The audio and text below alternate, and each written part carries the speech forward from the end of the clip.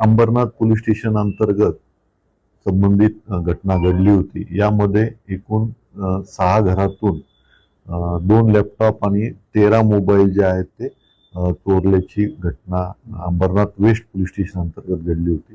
यामध्ये माननीय पोलीस आयुक्त साहेबांनी आणि इतर वरिष्ठ अधिकाऱ्यांनी तपास करण्याचे आदेश दिले होते। त्या अनुषंगाने अंबरनाथ तपास पथकातले अधिकारी आणि कर्मचारी तसेच क्राईम पीटर आणि सिनियर पीटर एसीपी यांनी या गोपनीय बातमीदार आणि तांत्रिक विश्लेषणाच्या अनुषंगाने ही बातमी मिळवली आणि यामध्ये एकूण 2 आरोपी जे आहेत ते निष्पन्न झालेले आहेत।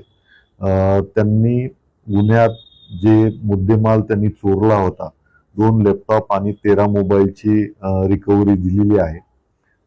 मान्य न्यायालयासमोर त्यांना हजर केल्यानंतर त्यांना 3 दिवसाची पोलीस कस्टडी मिळालेली आहे आणि हा मुद्देमाल पूर्ण आपण रिकव्हर केलेला आहे आणि संबंधित फिर्यादीला मान्य न्यायालय यांच्या आदेशाने आपण तो परत करणार आहोत।